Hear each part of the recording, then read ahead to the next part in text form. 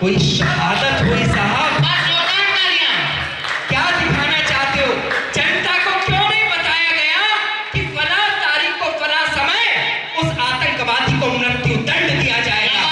उस समय के एक मंत्री ऐसे ही कार्यक्रम में बैठे थे जैसे आज हमारे माननीय विधायक जी बैठे हैं, लेकिन मैं घमंड के साथ कहता हूं कि मेरा प्रश्न शाश्वत था। मैं उनके पास गया और मैंने कहा, सर आप बताते क्यों नहीं है कि फला तारीख को फला समय उस आतंकवादी को मृत्यु दंड दिया जाएगा? तब उन्होंने ये कहा कि सौरभ भाई, अगर हम लोग ये डिस्क्लोज कर देंगे कि फला तारीख को फला समय उस आतंकवादी को मारा जाएगा तो लोग विद्रोह करेंगे, कैंडल मार्च निकालेंगे, और हम नहीं चाहते कि हमारी सरकार का किसी प्रकार का कोई विरोध हो। तब विश्वास मानना, अंतर्मन उद्वेलित हुआ था, आह निकली थी कि काश हिंदुस्तान के सिंहासन पर कोई ऐसा शेर आके बैठे जो एक बार हिंदुस्तान में दहाड़े तो दिल बाहर वालों के दहलने लगे। तो सपना होते हुए हम देखते हैं। तब पंक्ति देता, जितने लोग सदन में हैं, अब मैं दावा करता हूं कि वो तालियां रोक करके बताएं कि यूं शेरों की मांद में आकर डर फैलाने की, यूं शेरों की मांद में आकर डर फैलाने की गीदड़ की औकात कहां थी आंख दिखाने?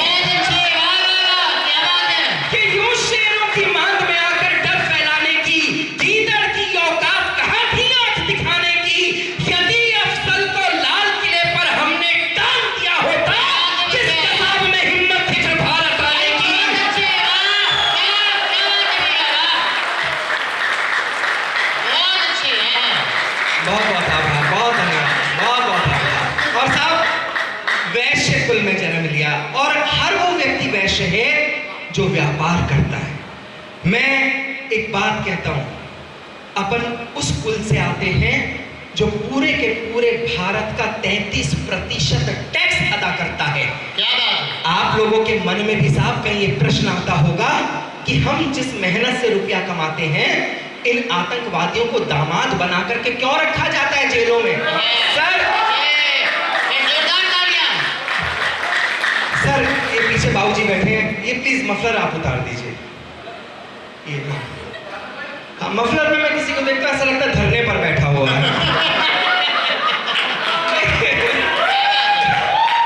मैं सच बात बता रहा हूँ। देखिए, एक चीज मैं सच बताता हूँ, ये प्रश्न हमारे मनों में भी आता है कि क्या कारण है इतना रुपया हम लोग कमाते हैं।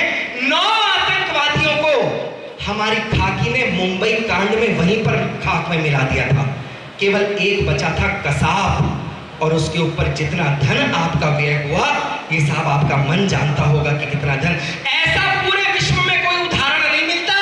रात में 2:30 बजे हिंदुस्तान ने एक आतंकवादी के लिए अपने न्यायालय के दरवाजे खोले। पूरे विश्व में ऐसा कोई उदाहरण नहीं मिलता।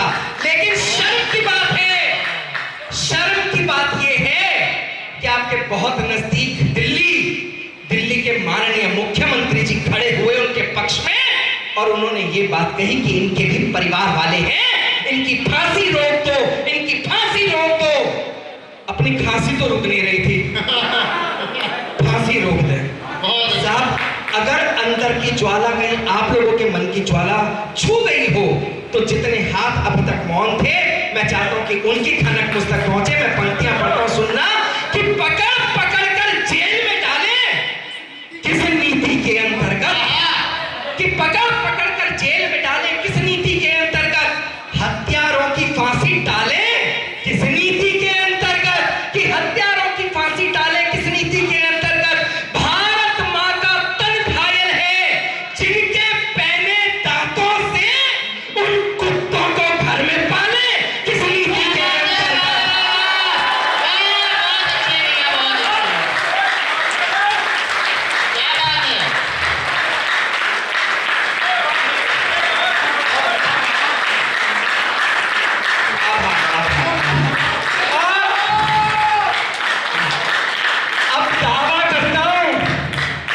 सौरभ सुमन 4 पंक्तियां देता है, और विधायक जी अगर मैंने अब आपसे ताली ना बजवाई,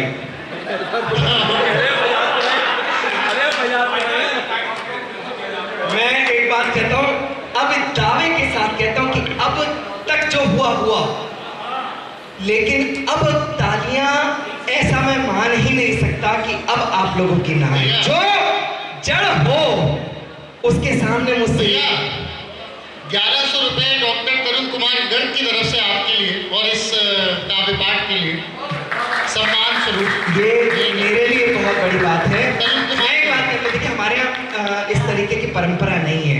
मैं ये पूरी राशि हिंदी साहित्य अकेडमी को आदरणीय तरुण जी की तरफ से मैं भेंट करता हूँ। और आप तरुण जी विश्वास मानना, आज पेमेंट में मैं 1100 भी नहीं लेके जा रहा। आज ये हवन है मेरे लिए, मेरी एकेडमी का एक ऐसा अनुष्ठान जिसमें इस सदन में बैठे हुए 11 नवोदित रचनाकारों को हम लोग सम्मान दिया ताकि आने वाली पीढ़ियां उनको सुन सके। मैं चाहता हूं कि तालियां आपके महत्व की यात्रा करें।